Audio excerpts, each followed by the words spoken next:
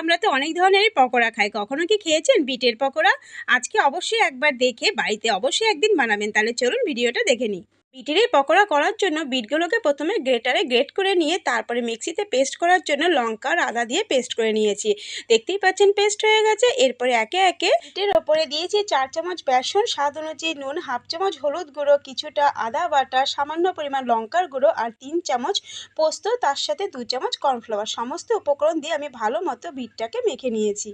এরপরে কড়াইতে তেল গরম করে তার মধ্যে আমি বিটের পকোড়াগুলোকে ছেড়ে দিয়েছি। লো ফ্লেমে কিন্তু ভাজলে খুব মচমচে হয়। আমি লো ফ্লেমেই কিন্তু চপগুলোকে ভেজে নিয়েছি। আপনারা চাইলে যে কোনো শেপেই করতে পারেন। আমার চপগুলো ভাজা হয়ে গেছে, বিটের পকোড়া হয়ে গেছে, একটা প্লেটে তুলে নিয়েছি। বন্ধুরা দারুণ হয় কিন্তু খেতে। বাচ্চারা যদি বিট খেতে পছন্দ না করে এইভাবে কিন্তু দিলে ওরা চেটেপুটে খাবে। তাহলে দেখতেই পাচ্ছেন আহিল আর আমার আরেকটা পাশেই বাচ্চা, ওরা দুজন বসে পড়েছে বিটের পকোড়া খেতে। তাহলে বন্ধুরা রেসিপিটা কেমন